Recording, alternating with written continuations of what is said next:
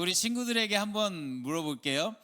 안 나가를 거꾸로 하면은 어떤 단어가 되죠?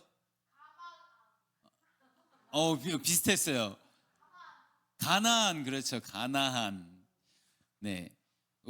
가나안 성도라는 말이 있습니다. 우리 친구들 들어봤어요? 네. 가나안 성도는 어떤 사람을 가나안 성도라고 하냐면 교회에 안 나가는 사람을 가나안 성도라고 부르고 있습니다.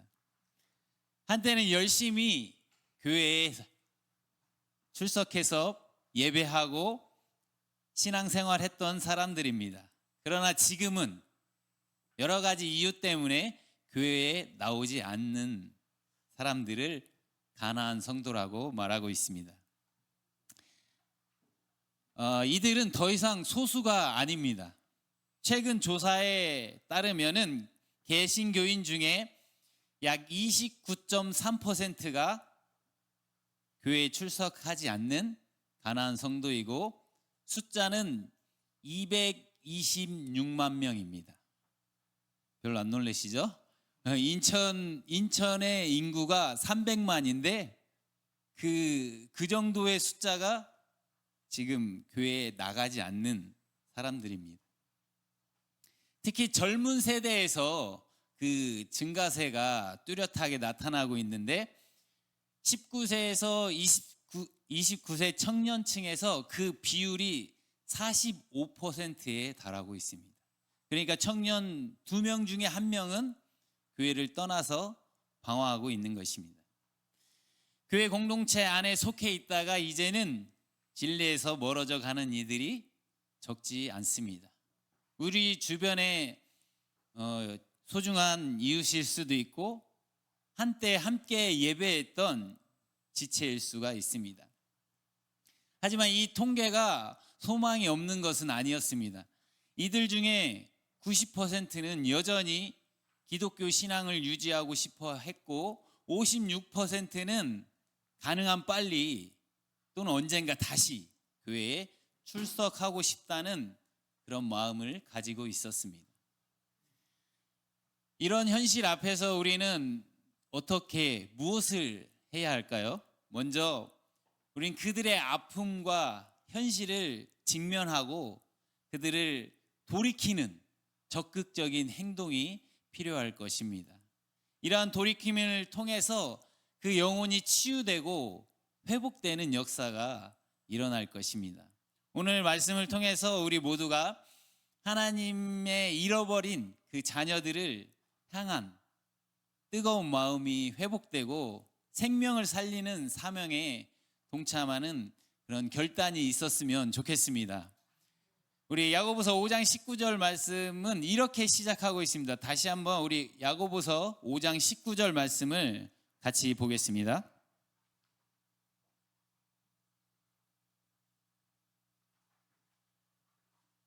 네, 함께 읽겠습니다. 나의 형제 자매 여러분 가운데 누군가가 속아 헤매며 진리에서 멀어졌는데 누군가가 그 사람을 돌아서게 한다고 합시다. 야고보는 나의 형제 자매 여러분 이렇게 부르면서 말씀을 시작하고 있습니다. 지금 교회 밖에 불신자를 말하는 것이 아닙니다. 처음부터 믿음이 없던 사람을 말하는 것이 아닙니다. 우리와 상관없는 누군가를 말하는 것이 아니라 우리 가운데에서 이러한 일이 일어날 수 있음을 이야기하고 있습니다. 우리 가운데 그 누구도 예외 없이 진리에서 벗어나 그릇된 길로 갈 수 있다는 현실을 우리는 먼저 알아야 합니다. 우리의 목자 되신 예수님께서도 잃어버린 양 한 마리를 찾아 나서신 것처럼 양은 언제든지 길을 잃고 헤맬 수가 있습니다. 중요한 것은 그 잃어버린 양이 우리 옆에 지체일 수도 있고 어쩌면 우리 자신일 수도 있습니다. 이것은 바깥 세상의 이야기가 아니라 바로 우리 공동체 안의 문제인 것입니다. 우리는 길을 잃고 방황하는 사람들에 대한 이야기를 우리 모두의 문제로 먼저 인식하고 받아들여야 합니다. 그들이 왜 진리에서 멀어졌습니까? 속아서 헤매며 진리에서 멀어졌다, 이렇게 말하고 있습니다. 길을 잃고 방황하고 헤매고 있는 그러한 상태입니다. 처음부터 작정하고 내가 하나님께서 멀어지려 그런 의도를 가지고 돌아선 것이 아닙니다. 무언가 속아서 잘못된 방향으로 가고 있는 것입니다. 그렇다면 우리를 속이는 것들이 어떤 것들이 있습니까? 우리 주변을 보면 다양한 현상들이 있습니다. 어떤 사람들은 이 세상의 가치관에 사로잡혀 버렸습니다. 세상의 성공과 소유만을 인생의 전부로 여기고 살아갑니다. 그들의 영혼의 창고는 텅텅 비어가는데 세상의 곳간만 채우려다가 결국 하나님과의 관계가 멀어져 버렸습니다. 어떤 사람들은 이단의 가르침이나 성경을 자기 중심적으로 해석하는 왜곡된 신앙에 빠져버립니다. 겉으로는 여전히 종교적인 활동을 하는 것처럼 보이지만 그들은 이미 생명의 근원이신 그리스도로부터 멀어져 가고 있습니다. 또 신앙을 떠나게 만드는 여러 가지 주장들이 있습니다. 모든 종교는 다 똑같고 진리는 없다 말합니다. 산을 올라가는 길은 많고 정상에서 다 만날 수 있다. 성경은 과학적이지 않다. 이러한 주장들이 진리로부터 우리를 멀어지게 만듭니다. 더 안타까운 것은 그들은 여전히 교회 건물에 출석할 수도 있다는 점입니다. 그들의 삶은 이미 세상의 가치관과 또 물질 만능주의에 물들어 버렸습니다. 그들의 믿음은 껍데기만 남았습니다. 야고보는 이 상태를 진리를 떠난 상태다라고 오늘 말하고 있습니다. 진리가 무엇입니까? 요한복음 14장 6절 말씀, 우리 친구들도 다 아는 말씀일 텐데, 내가 곧 길이요 진리요 생명이니. 누가 하신 말씀이에요? 예수님이 말씀하셨습니다. 진리는 곧 누구예요? 그러면 예수님입니다. 진리를 떠난다는 것은 예수님을 떠나는 것입니다. 그분의 음성을 듣지 않고 그분의 임재를 경험하지 못하고 그분의 뜻을 구하지 않게 되는 것입니다. 그렇게 진리에서 멀어져 가다 보면 말씀이 아니라 세상의 소리에 귀를 기울이고 세상의 방식으로 살면서 영적으로 무감각해져 버립니다. 하나님의 뜻과는 다른 방향으로 가는 것입니다. 야고보의 이 말씀은 우리에게 잃은 양 한 마리를 찾아 헤매는 선한 목자 예수님의 긍휼한 심정을 우리에게 요구하고 있습니다. 이런 긍휼한 마음으로 우리가 주변을 돌아봐야 합니다. 영적으로 침체되어 있지만 용기가 없거나 방법을 몰라서 돌이키지 못하고 있는 그런 형제, 자매들이 있습니다. 그 사람이 나의 자녀라면, 나의 소중한 배우자라면, 나의 친구라면, 혹은 우리와 함께 이 예배당에서 주님을 예배하고 웃고 울었던 믿음의 지체라면 우리는 결코 그들을 외면할 수 없습니다.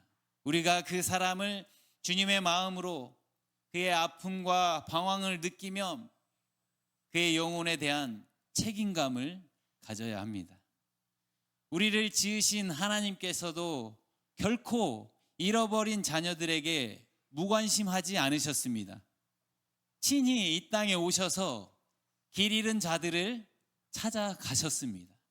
우리 안에 잃어버린 영혼들을 향한 주님의 마음, 주님의 사랑이 다시 회복되어야 합니다.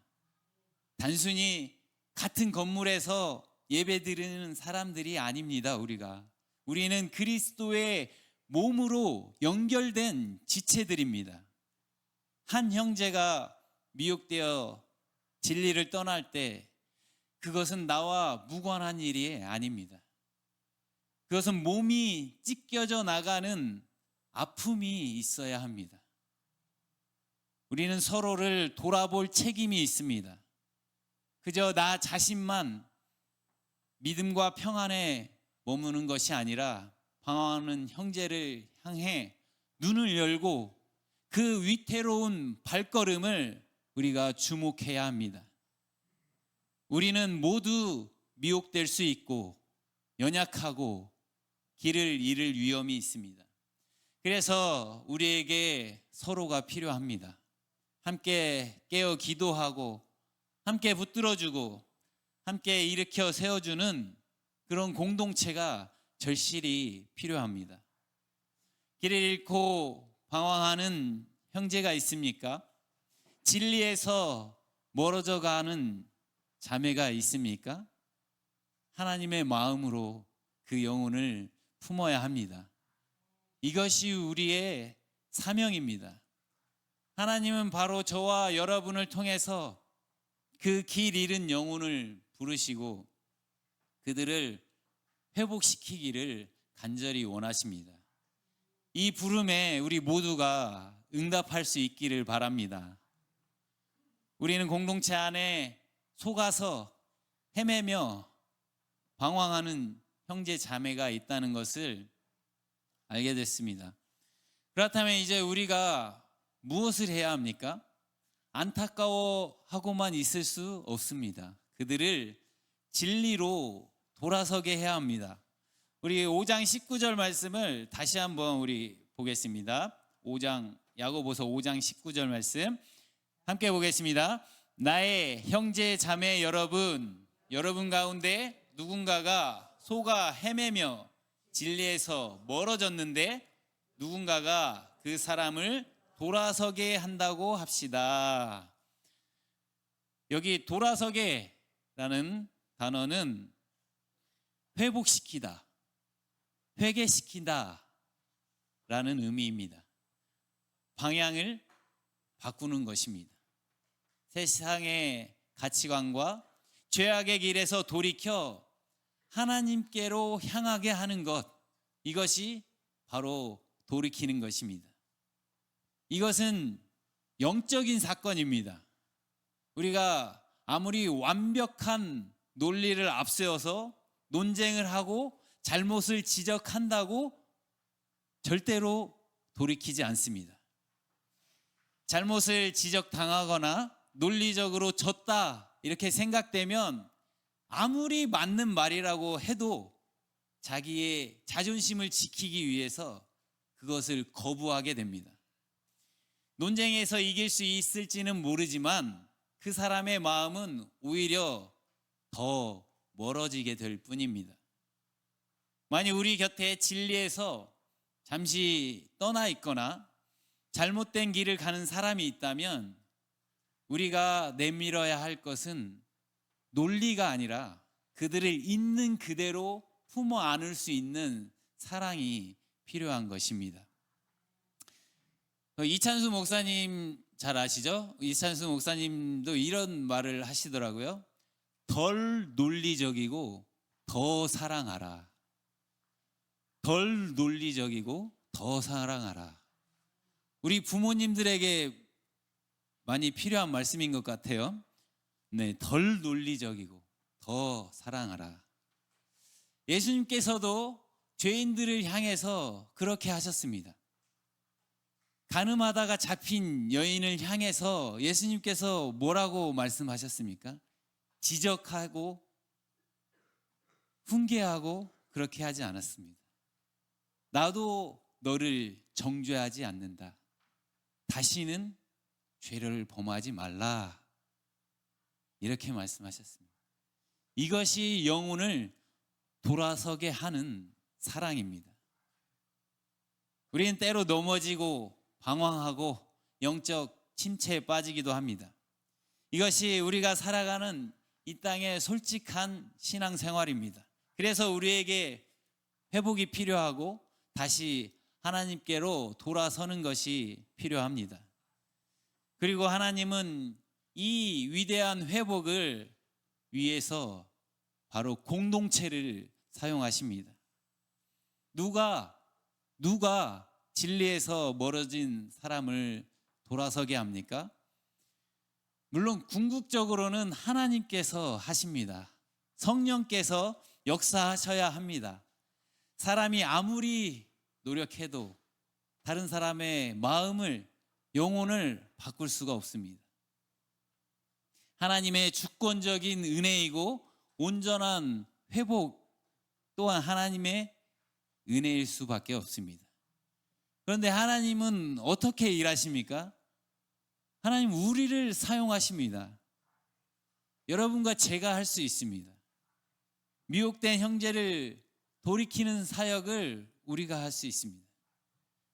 회복의 주체는 하나님이시지만 하나님은 우리의 손을 사용하시고 우리의 입을 사용하시고 우리의 사랑을 통로로 사용하십니다. 미혹된 형제가 저절로 돌아오기를 기다릴 시간이 없습니다. 시간이 지나면 돌아오겠지, 손을 놓고 있는 것이 아니라 적극적으로 손을 내밀고 찾아가야 합니다. 누가복음 15장에 보면 예수님은 잃어버린 것을 찾아 나서는 세 가지 비유를 말씀하고 있습니다. 잃은 양 한 마리를 찾아 헤매는 목자의 이야기가 나오고요. 잃은 은전 하나를 찾기 위해서 등불을 켜고 온 집안을 샅샅이 쓰는 여인이 나옵니다. 그리고 마지막으로 방탕하게 모든 것을 탕진하고 집을 떠났다가 돌아온 탕자의 비유가 나옵니다. 이 세 비유 모두 잃어버린 것을 찾고 발견하고 돌아온 것을 기뻐하시는 하나님의 애타는 마음을 보여주고 있습니다. 특별히 세 번째 탕자의 비유에서 이 아버지의 사랑은 절정에 달하고 있습니다. 아들이 모든 것을 탕진하고 비참한 모습으로 집으로 돌아올 때 아직 그가 멀리 있는데 그를 보고 달려가서 아들을 껴안고 입을 맞추었습니다. 이 아버지의 행동은 용서를 넘어서는 무조건적인 사랑과 환영입니다. 아들이 회개해야 할 말을 준비하기도 전에 아들을 향해 먼저 달려가서 그를 맞이했습니다. 이것이 바로 미혹된 영혼을 돌이키는 자가 가져야 할 자세입니다. 우리가 이 아버지의 사랑을 닮아야 합니다. 돌이키는 것은 순간적인 사건이 아닐 때가 많습니다. 때로는 긴 시간이 필요합니다.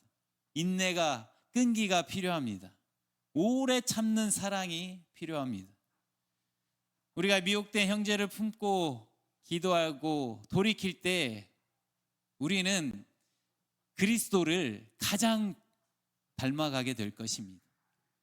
예수께서 우리를 찾아오신 것처럼 우리도 잃어버린 형제를 찾아갑니다. 예수님께서 우리를 포기하지 않으신 것처럼 우리도 형제를 포기하지 않습니다. 우리는 모두 어떤 존재였습니까? 우리는 정죄받을 자였지만 용서받았습니다. 우리는 잃어버린 자였지만 찾아졌습니다. 우리는 죽을 자였지만 생명을 얻었습니다. 우리가 받은 이 놀라운 은혜와 사랑을 우리도 흘려보내야 합니다. 하나님께서 우리를 부르십니다. 미혹된 형제를 향해 사랑의 손을 내밀라고 말씀하십니다. 때로는 거절당할 수도 있고 오해를 받을 수 있습니다. 오랜 시간이 걸릴 수 있습니다. 그러나 이것이 바로 그리스도의 사랑을 받은 우리가 해야 할 일입니다. 오늘날 교회의 가장 큰 위험은 외부의 박해가 아닐 수 있습니다. 우리 마음속에 자리 잡은 영적인 무관심일 수 있습니다. 야고보 사도는 우리에게 영적인 긴급성을 말하고 있습니다. 한 영혼이 진리에서 멀어지고 있다는 것은 생명의 위협을 받고 있는 것입니다. 우리가 망설이고 머뭇거리고 있는 그 순간에도 그 형제는 세상의 미혹에 깊이 빠져들어가고 있습니다. 하나님은 우리가 미혹되어 속아 진리에서 멀어진 자들에게 다가가기를 원하십니다. 멀리서 지켜보기만 하면 안 됩니다. 걱정만 하면 안 됩니다. 실제로 그 사람에게 다가가야 합니다. 전화를 걸고 만나고 진심으로 대화를 시작해야 합니다. 그들이 혼자서 돌아오지 못합니다. 죄책감 때문에, 부끄러움 때문에 스스로 교회의 문을 열 용기가 나지 않습니다. 그때 누군가가 손을 내밀어서 문을 열어줘야 합니다. 그 일을 교회된 우리가 해야 하는 것입니다. 우리가 속한 이 공동체가 떠난 자들을 기다리고 사랑으로 손 내미는 그런 공동체가 되기를 원합니다. 다시 돌아올 수 있는 넓은 품을 가진 교회가 되기를 소망합니다. 우리가 주님의 마음을 품고 나아갈 때 하나님께서 우리의 기도와 눈물을 사용하셔서 영혼을 돌이키고 회복시키는 역사를 이룰 줄 믿습니다. 우리가 해야 할 일이 분명해졌습니다. 진리에서 멀어진 형제를 사랑으로 돌이키는 것입니다. 그것이 교회의 사명이고 우리가 받은 부르심입니다. 그리고 이제 그 사랑의 수고가 어떤 결과를 가져오는지 20절 말씀에서 이야기하고 있습니다. 우리 야고보서 5장 20절 말씀을 같이 보겠습니다. 함께 보겠습니다. 그는 알아두시기 바랍니다. 소가 길 잃고 헤매는 데에서 죄인을 돌아서게 한 사람은 죽음에서 그 영혼을 구해주게 될 것입니다. 또 수많은 죄를 덮어주게 될 것입니다. 아멘. 한 영혼을 돌이키는 것은 첫 번째로 잘못된 길에서 방향을 바꾸는 정도가 아니라 죽음에서, 사망에서 영혼을 구원하는 일입니다. 육체의 죽음은 우리가 모두 잘 알고 있습니다. 심장이 멈추고 호흡이 끝나고 생명 활동이 중단되는 것입니다. 하지만 여기서 말하는 사망은 영적인 죽음입니다. 몸은 살아 움직이고 있지만 영혼이 하나님과 단절된 상태입니다. 진리에서 멀어진 사람들이 그런 상태입니다. 점점 하나님과 멀어져서 죄에 대해서 무감각해지고 하나님을 느끼지 못하게 됩니다. 겉으로는 잘 살아가는 것처럼 보이지만 영적인 사망의 길을 걷고 있는 것입니다. 그런데 누가 돌아오게 하면 그는 죽음에서 생명으로 나오게 되는 것입니다. 그 영혼을 죽음에서 구원하게 되는 것입니다.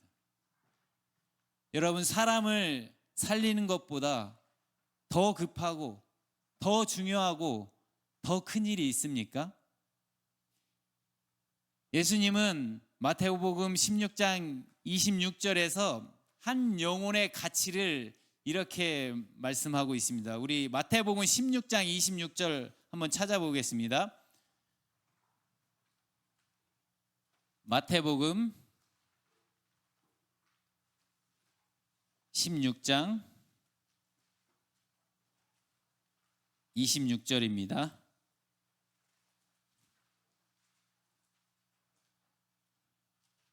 우리 아이들이 몸이 비비 꼬아지고 있어서 말씀 찾아보겠습니다.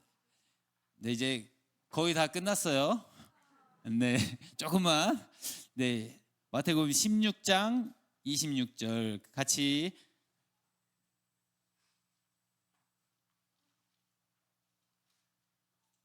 보겠습니다. 사람이 온 세상을 얻고도 자기 목숨이 위태로워진다면 무슨 쓸모가 있겠습니까? 또는 사람이 자기 목숨값으로 무엇을 내놓겠습니까? 우리가 돌이킨 그 한 영혼, 그 영혼의 목숨값이 얼마나 귀합니까? 온 천하를 얻었다 할지라도 그 영혼이 죽는다면 아무 소용이 없습니다. 이 세상의 모든 재산, 모든 명예, 모든 권력을 다 합쳐도 그 영혼의 가치와 비교할 수 없습니다. 여기 계신 부모님들께 제가 질문하겠습니다. 우리 아이들이 옆에 있습니다. 잘 대답하셔야 됩니다. 이 세상을 다 준다고 한다면, 이 세상을 전부 다 하나도 남김없이 다 준다고 한다면 여기 있는 자녀들과 바꿀 수 있습니까? 너무 쉬운 질문이었나요? 이 세상에 모든 것을 다 준다고 해도 우리 자녀와 절대로 바꿀 수가 없습니다. 여러분, 한 영혼이 그런 가치를 가지는 것입니다. 우리의 돌이킴은 영혼의 영원을 결정하는 일입니다. 포기하지 않고 끝까지 기도하고 찾아가는 그 모든 수고는 영원한 생명을 얻게 하는 가장 위대하고 가치 있고 영광스러운 일입니다. 다니엘서 12장 3절 말씀도 한번 찾아보겠습니다. 다니엘서 12장 3절 말씀입니다.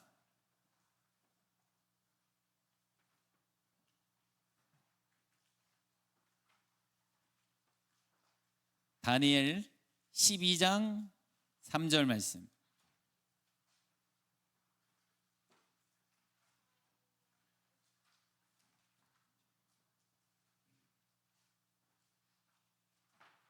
다니엘 12장 3절 말씀.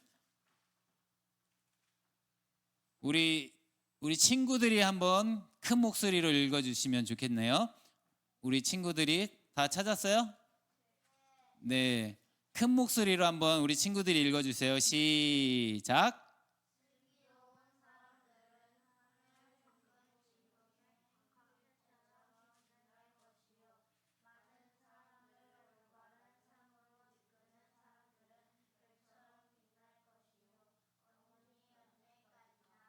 아멘.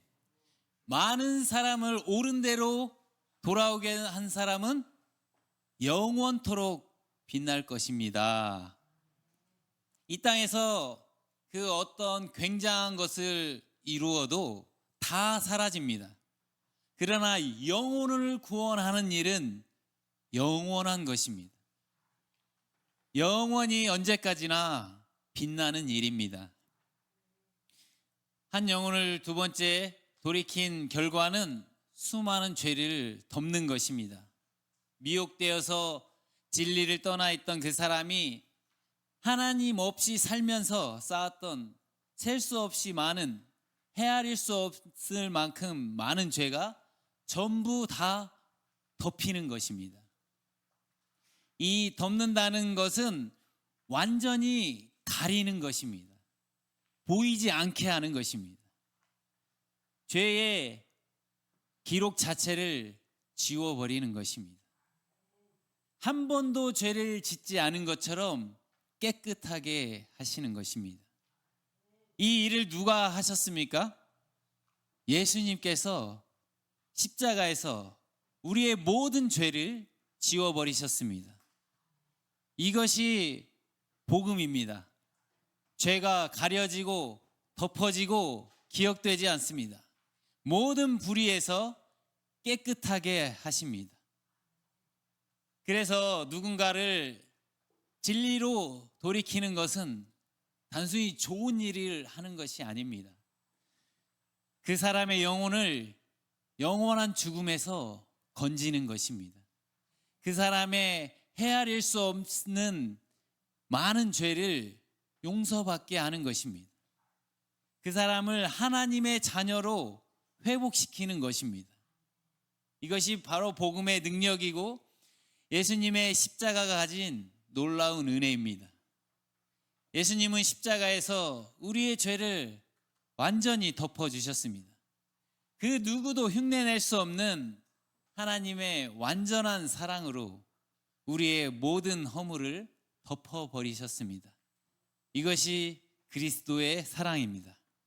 오늘 우리는 진리에서 미혹된 한 영혼을 사랑으로 돌이키는 것이 얼마나 위대하고 복된 사명인지 함께 살펴봤습니다. 이것은 단순히 한 사람을 교회로 데려오는 것이 아닙니다. 사망에서 그 영혼을 구원하고 그의 수많은 죄를 덮어주는 영원한 생명을 선물하는 가장 귀한 일입니다. 이것이 우리에게 맡겨진 사명입니다.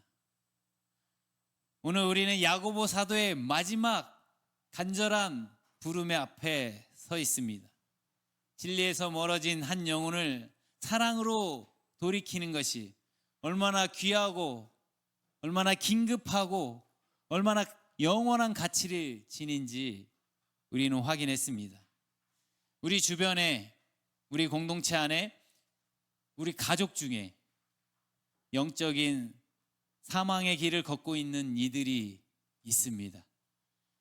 영적인 무관심 속에 있을 때 야고보 사도는 우리에게 영적인 긴급성을 외치고 있습니다.